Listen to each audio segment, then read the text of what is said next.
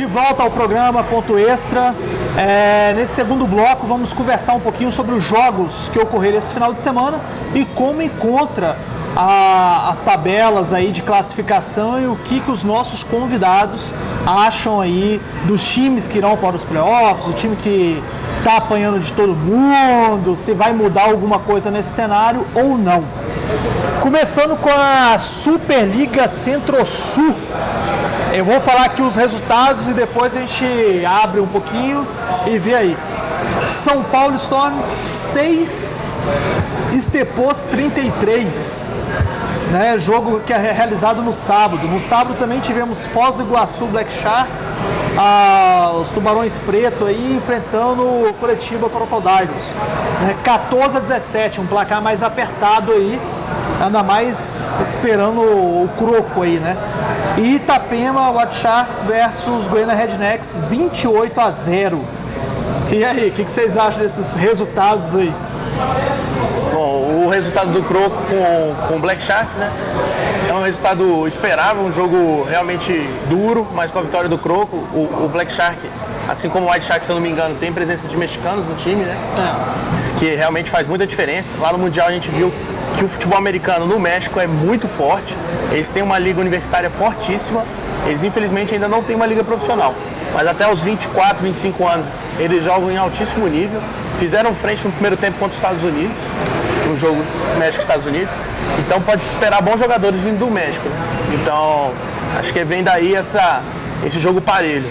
E se eu não me engano, nesse jogo aí, se não me falha, eu acho que eles têm 3 mexicanos, ou 2 mexicanos no elenco. Então isso acaba fazendo uma certa diferença mesmo. Faz. Agora, mesmo assim, é claro, a gente vê aí com até um crescimento aí do time de Foz do Iguaçu, mas ao mesmo tempo o Croco ralou aí, porque o atual campeão brasileiro ficar num placar de 14-17 significa que o negócio foi meio pesado aí, essa partida, Rafão.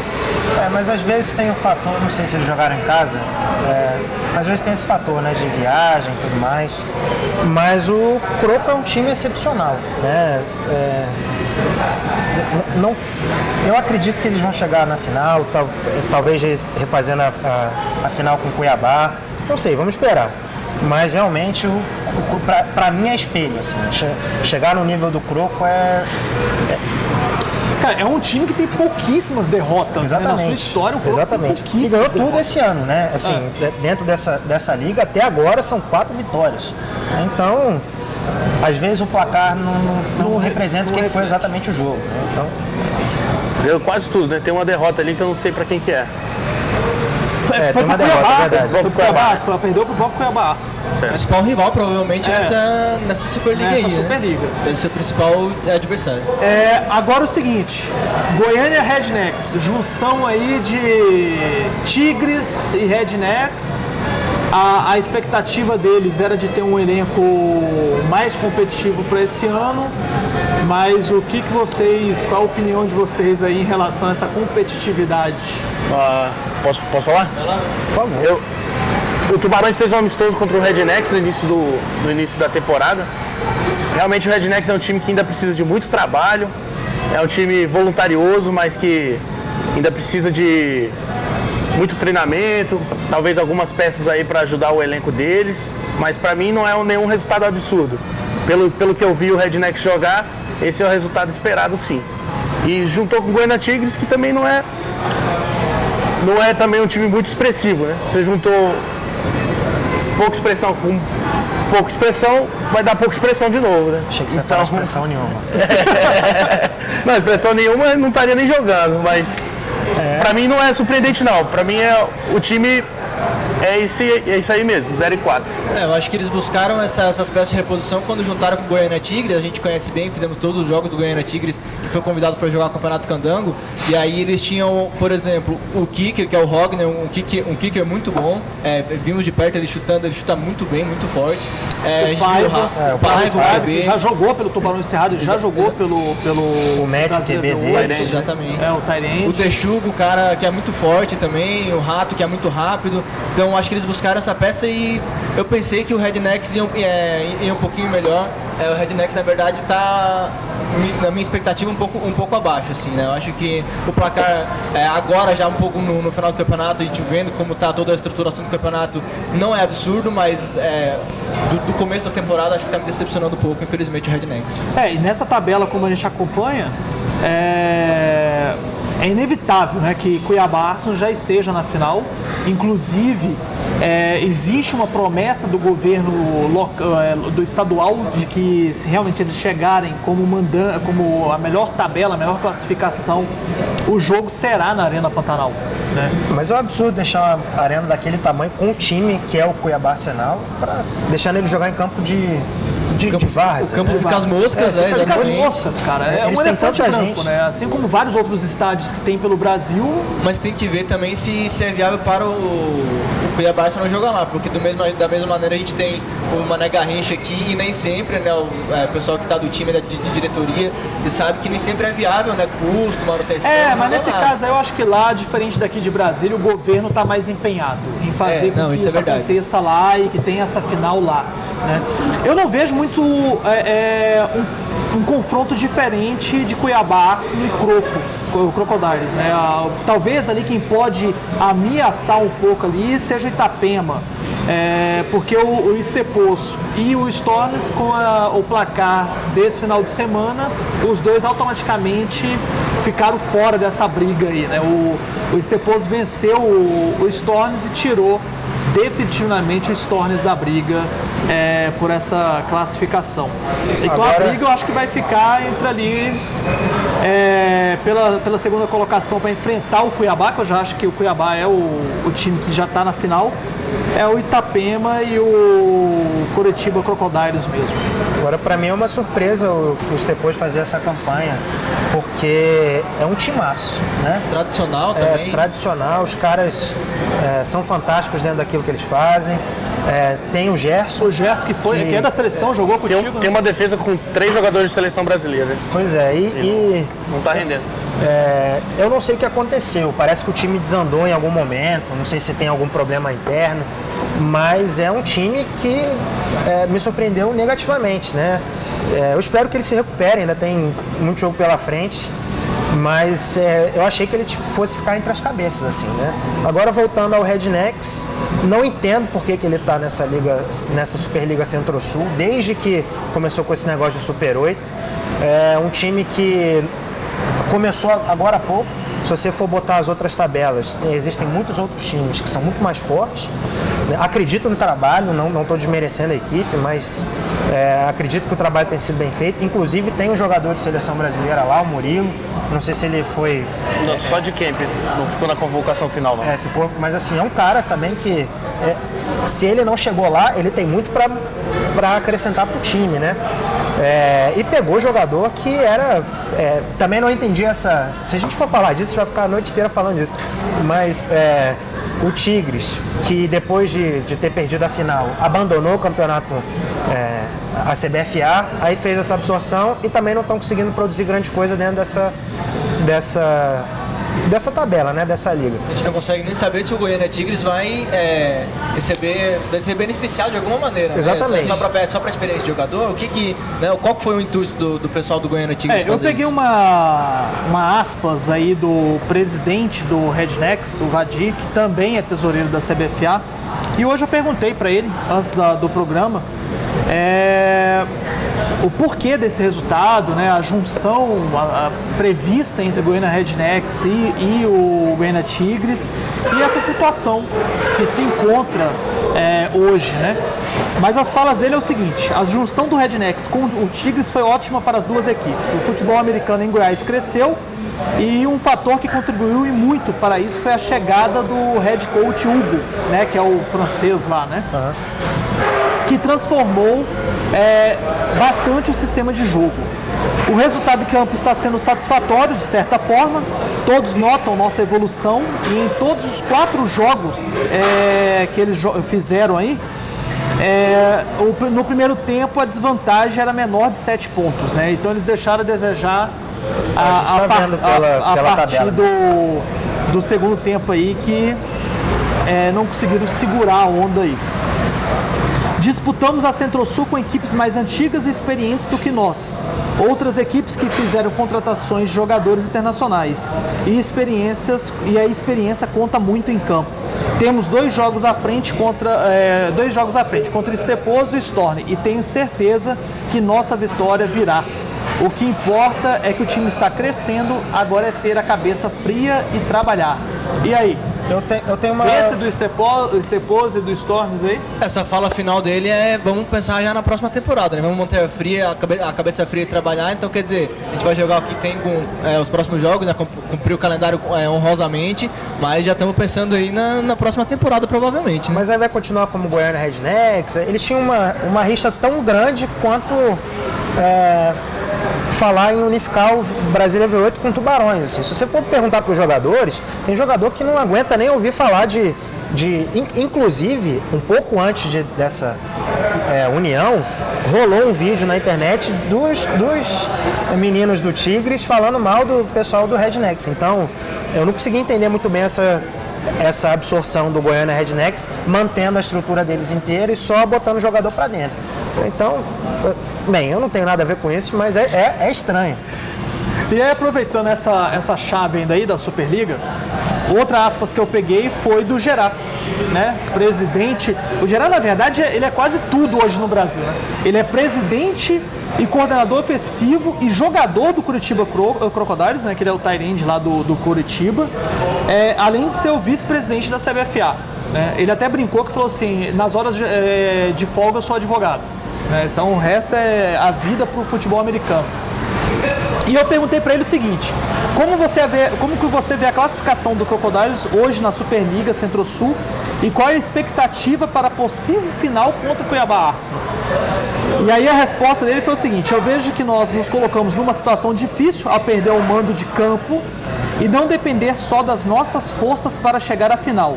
Mas também vejo com expectativa a oportunidade de uma revanche contra o Arsenal, que é o nosso maior adversário histórico, e faremos o possível para ter essa oportunidade novamente, por mais difícil que seja ter que jogar em Cuiabá. Né, que a gente sabe que a temperatura lá em Cuiabá é complicado. O Brasília V8 já jogou lá perto, jogou em Sinop. Né, então, tipo... e o Tubarões jogou agora recentemente em Cuiabá também, então... Jogo. Ainda mais sair de Curitiba, que é frio pra caramba. Curitiba é muito frio, né? Então sair jogar no calor muito grande lá em Cuiabá, muita umidade também. Curitiba, ao contrário, é seco. Então o pessoal pode sentir bastante, pode ser uma grande arma do Cuiabá aí, hein? O negócio é eles treinarem dentro da sauna. É o caminho. Porque Cuiabá não é brincadeira não. Eu morei em Cuiabá 3 anos e eu sei o que é o calor de lá. É complicado. Outro fator também jogando em Cuiabá, um é a torcida e outro é a arbitragem, né? Então tem... Cuiabá meio que joga com 13 jogadores lá em Cuiabá, né? É tenso. Lá é tenso. Vamos ver como é que vai ser essa final aí. Vai ser um grande jogo, isso é inevitável, né? Curitiba Crocodiles e Cuiabá Arsenal promete aí uma grande final para a Superliga Centro-Sul, e eu acho que é o que vai ser. Eu acho que não vai ficar diferente disso aí. Vamos lá para a Superliga Nordeste, e aí todos os jogos no sábado, apenas um jogo aí que ocorreu no domingo: Recife Piratas versus João Pessoa Espectros, né, que ficou o placar de 21-0 para os Espectros. E os jogos do sábado: Ceará Caçadores, né, que tomou aí de 92-0 do Sergipe, invertendo, Caçadores meteu 92-0 no Sergipe Bravos.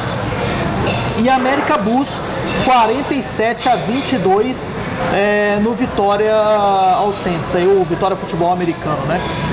Agora, já levantando a bandeira aqui do Bravos aqui, os caras viajaram mais de 1.000 quilômetros, né? E, se eu não me engano, foram com 25 jogadores, 28 jogadores para essa disputa. Então, e aí você encarar os Caçadores, que tá brigando ali para poder disputar a final da Superliga, complicado, né, Marquinhos? É complicado, né? Não é a primeira vez que a gente vê o pessoal, quando tem que viajar com elenco reduzido. Ainda mais quando você vai jogar contra o Ceará Caçadores, né? Como você falou, é uma campanha muito boa por enquanto, 4 jogos. Aliás, 4 vitórias e uma derrota por enquanto. E aí complica, né? O Ceará tem uma equipe muito boa e fez prevalecer o mando de campo e a qualidade que tem, né? Ao contrário do Sergipe Bravos, que 5 derrotas por enquanto, saldo de menos 220, e aí então o pessoal for lá para pegar uma experiência, para conhecer os outros jogadores também, porque encarar de frente o Ceará lá é difícil mesmo. E vamos colocar outra coisa, né? Que essa derrota que os caçadores têm na competição foi pro Mariners, né, bicho? Tu perder pro Mariners é até vantajoso. Normal. Né? Porque o placar do Mariners aí contra os caçadores foi de 35-3, né? Então eles perderam aí pro Mariners aí. Nessa Superliga Nordeste aí, vocês veem alguma coisa diferente aí de Ceará Caçadores, Mariners e Spectros disputando, brigando aí por essa Superliga Nordeste aí? Para mim é uma briga clara entre o Mariners e o Spectros, né? Que é uma rivalidade legal de assistir. O jogo deles foi demais, uma viradinha no último lance. Quem pôde acompanhar com certeza gostou. Para mim o Caçadores vem aí correndo por fora, né? O Mariners e o Spectros um pouco acima e o Caçadores vindo por fora. E o resto tá aí para ganhar uma experiência mesmo, né? Pra jogar junto. Não tem chance de final, não. Porque vai ser feito um cruzamento aí, né? Os 2 melhores do Grupo Norte com os 2 melhores do Grupo Sul, né? Só que no Grupo Sul, meu amigo, você tem Mariners e Spectros aí. Se não me falha agora a memória, o primeiro enfrenta o segundo e ao contrário. Então, ou seja, é mais que certo dessa final ser aí entre Mariners a única briga vai ser para a segunda vaga do grupo. A segunda vaga tá norte ali. A segunda vaga tá apertada. Ali o Fez Petroleiros, o América Bulls, tá todo mundo até igual. o Recife Piratas também, estão os 3 na briga. O Grupo Norte, eu acho que a segunda vaga tá aberta ainda, né? Não, exatamente. O Petroleiros ainda tem 4 jogos, né? Enquanto o América Bulls tá com 5 e o Recife Piratas também tá com 5. Então, ou seja, eles ainda tem que aguardar aí um placarzinho aí, ver o que acontece ainda nesses confrontos aí. Mas ali, olhando ali, cara, e pelos jogos que eu acompanhei, eu acho que ainda fica o Petroleiros ali passando para os playoffs aí da Superliga Nordeste. Vamos ver se surge alguma surpresa aí nessa Superliga. Infelizmente não conseguimos pegar nenhuma aspa de nenhum dos dirigentes do grupo da Superliga Nordeste. Então vamos conversar agora sobre a Liga Nacional, onde o Brasília V8 faz parte aí da Liga Nacional aí. Vamos abrir aqui. Resultado, o único jogo na Liga Nacional esse final de semana, Brasília Alligators versus Leões Judá. É o que a gente já começou a conversar no primeiro bloco. 33-6. E só não foi maior porque o jogo acabou no final do terceiro quarto, né? Não teve o quarto devido a questões de luminosidade do campo, né? Que depois a gente vai deixar para falar sobre os campos aqui de Brasília lá no terceiro bloco. Placar de 36-6. Esperava alguma coisa diferente disso aí, Rafão? Não, de forma alguma. O time do Leões Judá, muito bem gerido pelo Adalberto Patrocínio. É um cara que não só levantou o nome do Leões Judá muito rápido, como fez com que as outras equipes corressem atrás. Tanto é que eles são campeões candango por merecimento. E eles estão com um time muito... Eles trouxeram um gringo agora, né, o DC, né, que não conseguiu produzir muita coisa contra o time do Brasília V8, mas é um cara que é diferenciado, né? E o Alligators teve esse problema, né, de sair só jogador bom. Eles não tiveram um jogador mediano saindo. Eles perderam um cara que era o melhor corredor deles, né, e carregava 2, 3 junto com ele. Então esse placar não foi nenhuma surpresa, mas eu acredito que o Brasília Alligators vai se reestruturar, porque é um time que também tem são geridos por pessoas sérias que acreditam no esporte. Então eu acredito que esse ano, infelizmente, não acho que eles vão ter nenhuma reação, mas o ano que vem, sim, né? Por fora eles jogam flag, né, que é outra modalidade, eles arrebentam, né? Eles são referência no Centro-Oeste com essa equipe. Né? E tomara que eles venham a ser também no Full Pad, eu acredito muito nisso. Mas não é nenhuma surpresa para mim. Alguma surpresa para você, Augustão aí? Eu não tenho acompanhado muito bem esse torneio, mas para mim o Alligators até hoje não mostrou a que veio, né? Como o Rafão disse, eles são bons no flag e eu acho que eles deviam continuar por lá. Porque de resto, eu não sei o que eles estão fazendo não. E é bom essa briga aí do Leão de Judá com o V8. Vamos ver quem é que surge aí como uma segunda força dentro do DF e ver o que acontece, né? Sempre time demais eu acho ruim, mas é bom ter um time a mais para fazer uma frente, fazer uma força aí dentro do estado, né? Dentro do Distrito Federal. Eu torço para que os dois times cresçam e possam um dia, quem sabe, fazer frente aí ao Tubarões, que vai ser bom para todo mundo. E pensando agora na divisão central, a disputa está realmente entre Brasília V8 e Leões de Judá. Ali o Brasília Alligators, eu vejo o Brasília Alligators, pelo menos até agora, apenas como o fio da balança ali, né? Tipo, vai favorecer quem? Vai favorecer o Leões ou vai favorecer o Brasília V8? Vai favorecer quem for mais competente, né? E o próximo jogo vai definir, né? Porque o próximo jogo é justamente o jogo de volta entre Brasília V8 e Leões de Judá. Lembrando que o primeiro confronto das duas equipes ficaram 6-7 para o Leões de Judá. Também não foi um placar muito vasto para quem é o atual campeão candango do Distrito Federal. Divisão Leste, Vipers dominando por enquanto ali, né? O Porto Alegre, o Ponte Preta Gorilas, uma vitória, uma derrota, e o Desportiva Piratas, até o momento, parece que só veio para passear, né, na Divisão Leste. Muito parecida, desculpa, só para falar, muito parecido com a Divisão Central, né? O time dos vitórias dos jogos, uma vitória, 2 jogos, uma vitória, e outro time sendo fiel da balança ali, né? Vamos ver. E o saldo quase é a mesma coisa, né? Não, exatamente. O saldo do Alligators aí, menos 60, e do Desportiva Piratas, menos 66. Exatamente, muito parecido. Também são as únicas 2 divisões da Liga Nacional que estão com 3 times, né? As outras 2 divisões contam com 4 times, para dar uma equilibrada. Só o adendo, acho que tá valendo aí a tradição, né, do Vipers, o time já mais antigo, mais tarimbado. O Vipers já enfrentou o Tubarões na época da Taça Capital, Torneio Capital, Taça Capital Ball. Acho que era Taça Capital lá atrás, no início, que jogava que era sem equipamento nenhum. Half-pad, sem equipamento nenhum. Eram 3 jogos, 3 dias seguidos. Sorocaba Vipers, né? Sorocaba Vipers. Na divisão Oeste, né, aí a gente já subindo um pouquinho mais aí, na verdade indo ali pro Mato Grosso ali, né?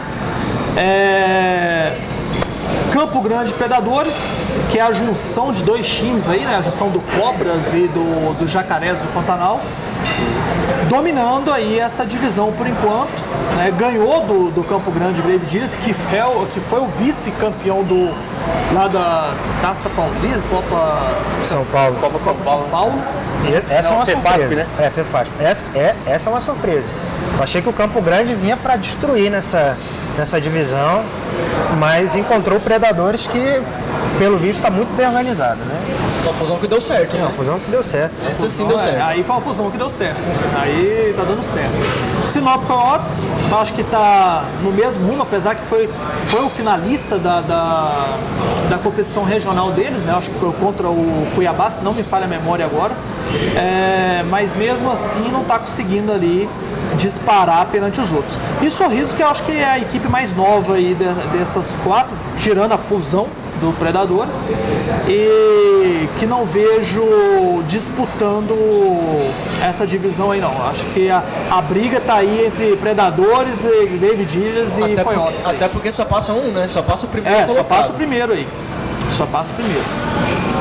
Divisão Sul, também eu acho que não tem nenhuma surpresa aí nessa divisão não, né?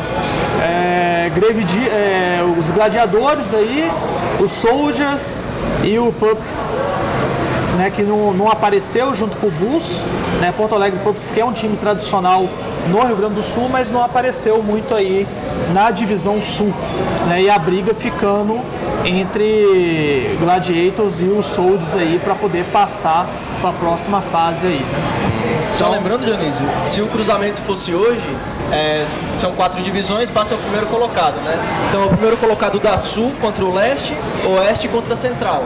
Por enquanto, se o campeonato acabasse como está hoje, seria Joinville Gladiators da Sul contra o Vipers da Leste e Predadores, Oeste, o que é o Predadores, e o Leões de Judá, Leões de Judá, saindo do, que é da do Central. DF. Por enquanto seriam esses confrontos. Rapaz, na verdade, eu tô curioso para ver o confronto de qualquer time do Central junto com o Predadores aí, porque anda mais que do jeito que tá caminhando. Ou o Grave Diggers, né? O que vier aí. Até mesmo porque do jeito que tá caminhando a competição,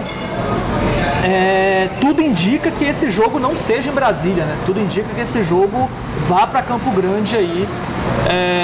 E que esse confronto entre a divisão Oeste e a divisão Central aconteça em Campo Grande, né? E até pra gente ver também um pouco da força do Leões de Judá contra outros times, né? Porque a gente viu a força do Leões de Judá, uma surpresa gratíssima aí no Campeonato Candango, foi o campeão, ganhou do Goiânia Rednecks na final. Mas vamos ver como é que eles se do comportam. Tigres, né? Do Jogando... Tigres ainda?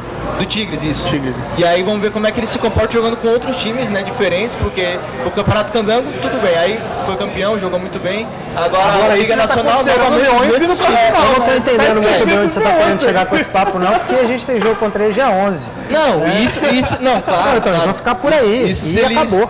Isso se eles chegarem na final, eu também tenho a mesma sensação de a mesma expectativa de ver o V8 também jogando contra os times de fora, né? Pra gente ver como é que tá a força dos times daqui de Brasília. A reestruturação da equipe, né? A reestruturação também. E é que nem o Rafael falou, é um jogo que promete isso aí. Leões de Judá e Brasília V8, até acredito que deveria ter sido a final do Campeonato Candango, né? Na verdade o V8 acabou tropeçando no Tigres, mas era para ser aí a possível final aí, né? Se tudo der certo aí. Infelizmente não foi. Tivemos aí mais uma vez um time candango disputando com um time goiano. Acredito que ano que vem possa ser que isso diminua isso. Existe aí uma conversa do Nakamura, que é o presidente do Tubarão Encerrado, que possivelmente o Tubarão Encerrado possa participar do Campeonato Candango do ano que vem. O que vai ser muito interessante aí. Aí vai entrar quem? O Tigres ou o Rednecks? Porque... Aí precisa de um time, né? Agora quem vai entrar... Piquidex. Vamos lá. Fechamos aí a divisão, a Liga Nacional. Acreditamos que a gente já cantou a bola aí de quem possivelmente vai estar disputando os playoffs da Liga Nacional aí. Ficamos aqui pela Liga Nacional e acredito que já definimos aí quem são os possíveis times que vão para os playoffs. A briga ficando realmente na divisão Oeste e na divisão Central, né? Porque na divisão Leste e na divisão Sul eu acredito que a coisa já está mais um pouco definido aí nos resultados aí. Na divisão Sul vai depender só do Santa Maria contra o Gladiadores, né? Vai depender um disso aí. confronto interessante também, porque os dois estão com 2 vitórias. Esse aí é o que vai definir quem passa e quem não passa. Mas para baixo já foram só para poder fazer um passeio aí. Torneio Touchdown. Torneio aí que tem uma maior visibilidade hoje no Brasil, né? E que tem os principais times participando da sua grade, né, de confrontos aí. Dia 26 tivemos Juventude FA com o Corinthians, Juventude levando aí 26-9 esse confronto. Flamengo derrubando o Santos aí 34-12 e o Paraná HP perdendo para a Lusa, né? No finalzinho da partida, a Lusa foi ali, marcou ali, pontuou e levou a vitória para o estado de São Paulo aí. Surpresas aí nessa chave aí, Augustão? Nesses confrontos que aconteceram sábado aí, no final de semana? A surpresa ficou dentro da Lusa e o HP, né? O HP vinha demonstrando uma força muito grande esse ano, né? Tinha acabado com a invisibilidade do Croco, né? o HP, vamos lembrar disso. Então foi realmente surpreendente. A Lusa começou mal o campeonato, mas está reagindo muito bem agora. A Lusa é um time novo, né? É um time reestruturado. Já existia, mas a gente pode considerar que o time desse ano é um time novo. E com muita contratação, se eu não me engano, vieram 8 ou 9 jogadores do Corinthians para lá. Tem o Diego Gordo Taylor, que é o centro da seleção, foi para lá também, que é o cara que faz muita diferença na linha de ataque. Então, realmente, o time deu uma engrenada, ganharam de 1 ponto de diferença, né? Para mim foi surpreendente. Para mim o HP era o time favorito dessa partida, mas muito legal o resultado. Gostei de ver. O Ricardo Trigo, que é o presidente do Corinthians, chama os jogadores que foram para a Lusa de Lusa Stormers. Né? Stormers. Ele faz a brincadeirinha dizendo que são jogadores do Storm, uma mistura Lusa e Steam Wolves. Para mim isso é dor de cotovelo. O Corinthians tinha um time monstruoso e acontece, o jogador sai. Aconteceu aquela briga interna que saiu uma porção de gente do Corinthians. O Passarella mesmo ficou não sei quanto tempo sem jogar. E o Renato Afonso fez um trabalho muito bom dentro da Lusa, né? Então não tem esse negócio de falar que jogador é isso, é aquilo. Jogador é jogador e ele vai vestir a camisa do time que ele tiver. Então, para mim, isso é dor de cotovelo do Trigo. E eu acho que ele devia respeitar um pouco mais os atletas que saíram do Corinthians, até porque o Corinthians só é o Corinthians por conta deles, né? Então, você desmerecer o outro time, desmerecer quem foi para lá, eu não acho isso legal. Então, eu acho que ele devia ser muito grato ao que eles fizeram dentro da equipe, né? E não ficar atacando toda hora. Depois do jogo ele desmereceu o time da Lusa, dizendo que para a Lusa chegar onde eles chegaram ainda falta muito, mas toda a equipe começa de algum lugar. Na verdade, esse comentário do Trigo foi antes do jogo. Pois é, então. Ele já jogou esse comentário antes do jogo. E eu acho que um time... Aí você motiva os caras entraram muito bem e eu não acho que é por aí, né? O Corinthians tem uma história, tem uma tradição, continua sendo um timaço, mas você não pode desmerecer um cara só porque ele saiu do seu time, né? Então, se fosse assim... A gente quer tanto profissionalismo aqui do futebol americano, tem que partir também dos dirigentes, né? Se o jogador do Corinthians, do futebol, do soccer, vai jogar em outro time, não tem que desmerecer outro time por ter contratado o cara e nem... Dá condição pro cara ficar. Condição, exatamente. Inclusive a Lusa venceu o Corinthians por um placar de 23-7, né? Então, isso aí, deixa eu pegar aqui, 23-7, exatamente. Então, isso mostra aí que a Lusa estava bem preparada para esse confronto aí, contra o Corinthians, né? Olhando os grupos, no grupo A, Vila Velha Tritões predominando. Alguma surpresa nesse grupo? Acho que não, né? Não. O Cabritos aí, o Reptiles e o Minas Locomotiva esse ano veio para passear. É até surpreendente você ver o Minas na situação que se encontra hoje, basicamente apanhando de todo mundo, cara. Apanhou até do Cabritos, que estava apanhando de todo mundo, né? Então, é surpreendente ver o que está acontecendo aí com o Minas Locomotiva. A gente sabe que também eles perderam bastante jogadores, né? Todo time que passa por uma reestruturação acaba sofrendo isso. Eu lembro quando o Vasco foi campeão ano passado, o presidente do Vasco, agora me falha o nome dele, o Rodan, ele comentou, ele falou assim, cara, o Vasco não chegou aqui da noite pro dia, né? O Vasco veio batendo aí na porta uns 4 anos seguidos para poder conseguir levantar essa taça, né? Então isso ficou muito... marcou quando ele falou isso, pô, é verdade, cara, o Vasco foi ainda até conseguir chegar ali e conseguir conquistar. Então o Minas vai ter que fazer um trabalho muito alto aí, muito grande, para poder conseguir levantar o time de novo dentro do torneio touchdown aí. O grande problema do Minas é que a cidade é muito grande, né? Então tem pessoas de Belo Horizonte, mas tem pessoas do entorno também, Contagem, enfim. Então eles tiveram um problema com o campo, de local de treinamento, e agora eles estão se organizando, né? Eles conseguiram um excelente lugar de jogo, o Augustão estava lá, na PUC, no centro de Minas, é um lugar bem legal, campo ótimo, e eles trabalham sério, né? O Abraão é um cara muito sério, o Batata é um cara muito sério, que são as pessoas que presidem o Corinthians, e tem o Ítalo também, o Minas. E tem o Ítalo como head coach e as pessoas da comissão técnica também são muito sérias.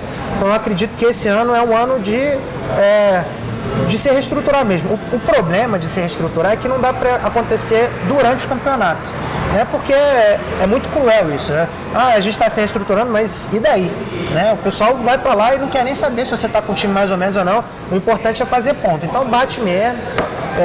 Infelizmente eles não têm muito para onde correr esse ano. E as pessoas também mudaram de posição e é tudo muito novo.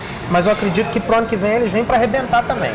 Eu espero. E diferente, a gente vai. E diferente da Superliga Nordeste, no caso aí passa o campeão, né, do grupo. E depois passa as duas melhores campanhas da divisão, né? Então, na verdade, o grupo A e o grupo B faz uma divisão e o grupo C e D faz outra divisão. Indo para o grupo B, Vasco, né, que não é novidade alguma, a gente já esperava que o Vasco fosse dominar esse grupo aí. Mas eu acredito que a briga do segundo lugar fica aí aberta ainda, né, entre o Santos, Flamengo e Tubarões. Lembrando que Tubarões encara o Santos, é o próximo confronto do Tubarões. Santos e Flamengo ainda.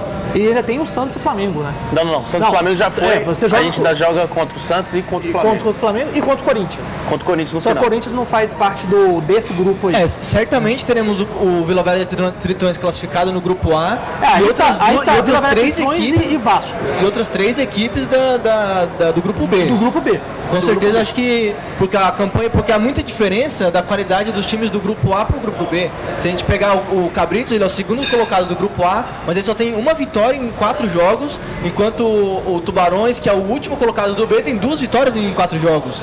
Então, provavelmente, certamente teremos 3 classificados do grupo B fazendo um grande playoff e a gente vai ter grandes jogos. E ficou um grupo com uma chave muito pesada. Ficou muito desequilibrada, né? Mas eu acho que ninguém ia supor, nenhuma previsão, ia acreditar que o Botafogo fosse perder os 4 jogos.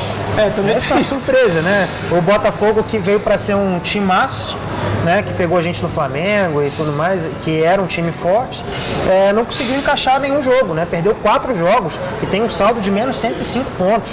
Então é uma surpresa também, né? Vamos ver agora. Com toda certeza. E também vale chamar a atenção aqui que a tabela do Tubarões, a gente enfrentou 2 times abaixo da gente e 2 times que estão um nível a mais que a gente. Então, realmente, a campanha é essa aí. O Minas e o Cabritos são times um pouco abaixo da gente. A gente ganhou, era o dever de casa. E o Vasco e o Vila Velha, a meu ver, a gente fez bons jogos contra eles, mas também era uma derrota meio que esperada. O campeonato pra gente vale agora mesmo. São 3 jogos pau a pau. Santos, Flamengo e Corinthians são 3 jogos que a gente pode tanto ganhar quanto perder, não dá para apostar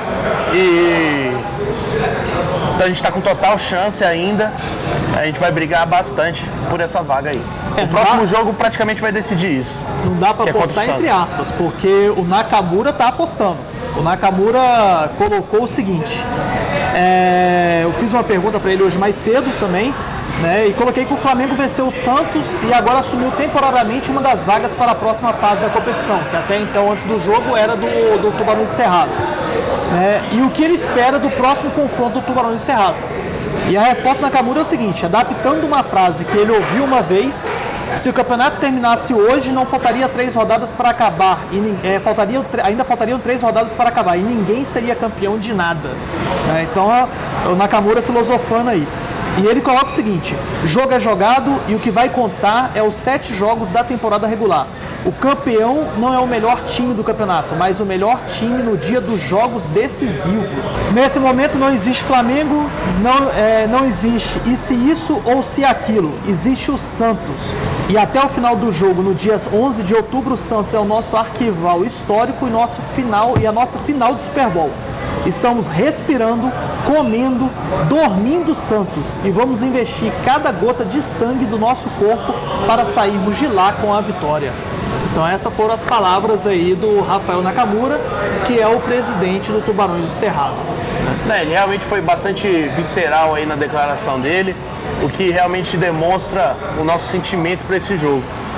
A A gente está preparado para isso. Estamos estudando o time do Santos já tem bastante tempo. E a gente está realmente colocando todas essas fichas nesse jogo. Porque realmente, quem ganhar esse jogo vai estar dentro, quem perder vai estar fora.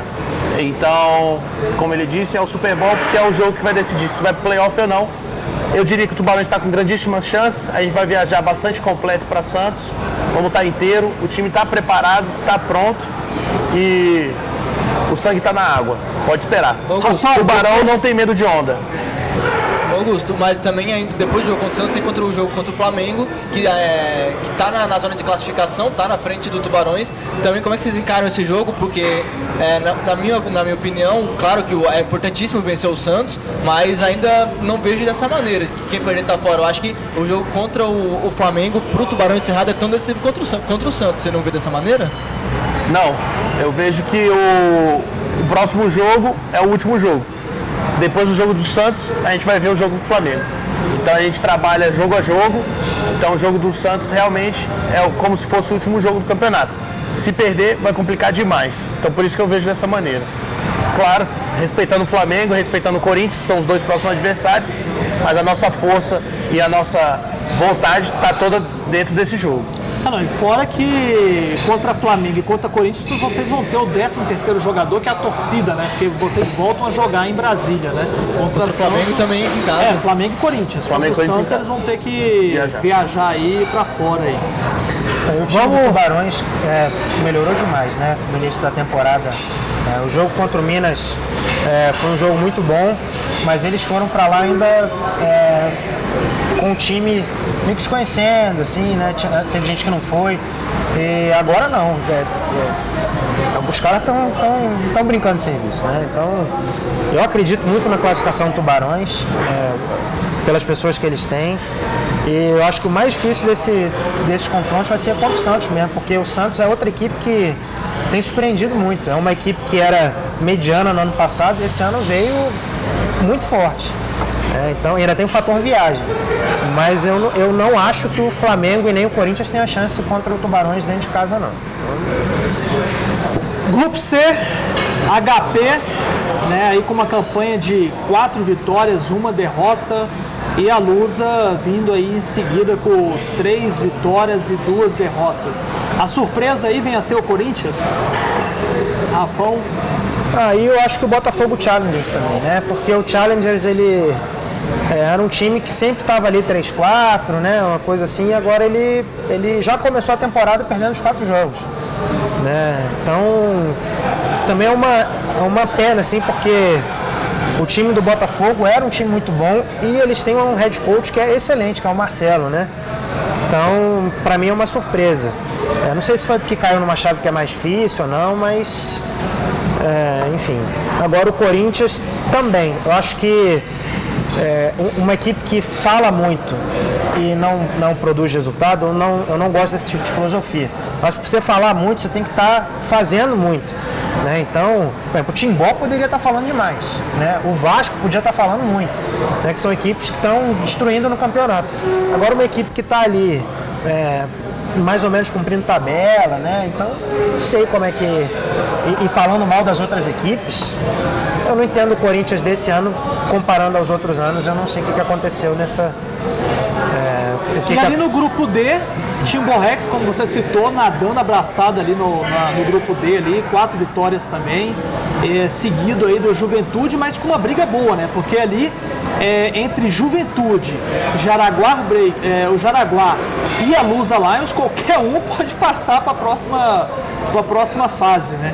Então essa briga ainda está muito interessante entre Lusa, Juventude e Jaraguá, porque eles estão disputando 2 vagas aí nessa divisão que é composta pelo grupo C e o grupo D, Marcos. Nessa Conferência Sul, diferente da Conferência Norte, é muito mais equilibrado, né?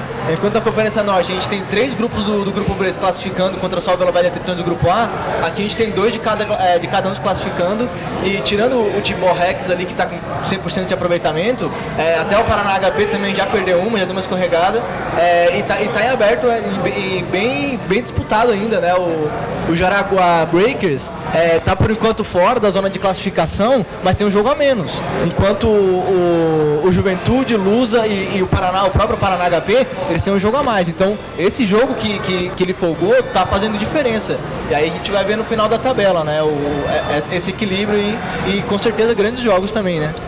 Hoje quando eu conversei com o Jason, ele falou o seguinte, que não dá para definir o torneio touchdown ainda. Para definir o torneio touchdown vai ter que esperar os 7 jogos acontecerem para você saber realmente como é que vai fechar aí os playoffs do torneio touchdown. Então as palavras do Jason aí. E o Jaraguá, no começo do ano, mexeu muito no time, né? Contratou gente de tudo quanto é lugar, inclusive o Adam, que era do Minas, que foi uma grande perda para o time do Minas Locomotivo, mas é um timaço também, né? E o Juventude é o que muito me surpreende, porque todo também mundo já contratou sabia. muito, né? Contratou muito. E ele era um time que não era tão bom ano passado e que trabalhou muito sério, né? Conseguiu campo de treinamento, eles têm um complexo esportivo muito bom, eles postam foto no Facebook toda hora e eles contrataram gente top mesmo para vir disputar esse campeonato. Então, assim, aquele negócio que eu falei no começo do programa, não é surpresa, é trabalho, né? As pessoas falam, mas o Juventude melhorou muito, mas ninguém sabe o que os caras estão fazendo, né? Então, parabéns ao Juventude por tudo que ele tem feito, pela estrutura que eles têm e pelo time que eles montaram esse ano. Então, apesar de ter perdido 2 vezes, mas... E assim como a Lusa, eu ainda coloco outro ponto aí. O Juventude, além de ter investido nos jogadores, no elenco em si, investiu numa coisa que é muito importante também para o crescimento do esporte, que é o marketing esportivo. Foram 2 equipes que investiram muito no marketing esportivo, na estrutura do marketing esportivo, de mostrar a sua equipe para o Brasil, né? E claro, vamos colher os frutos disso. O Juventude está sendo patrocinado aí agora por uma cerveja aí que inclusive está envolvido com a NFL. Então assim, é mérito de toda uma diretoria que tem trabalhado em prol de fazer realmente o esporte crescer como um todo, né? Então isso é muito bacana e louvável aí. Ficamos aqui nesse bloco e no terceiro bloco vamos voltar para o cenário de Brasília, falando dos estádios, falando de federação, falando de vídeo polêmico que foi soltado no Facebook em relação à postura do nosso amigo Rafão e vamos ver o que dá aí no terceiro bloco.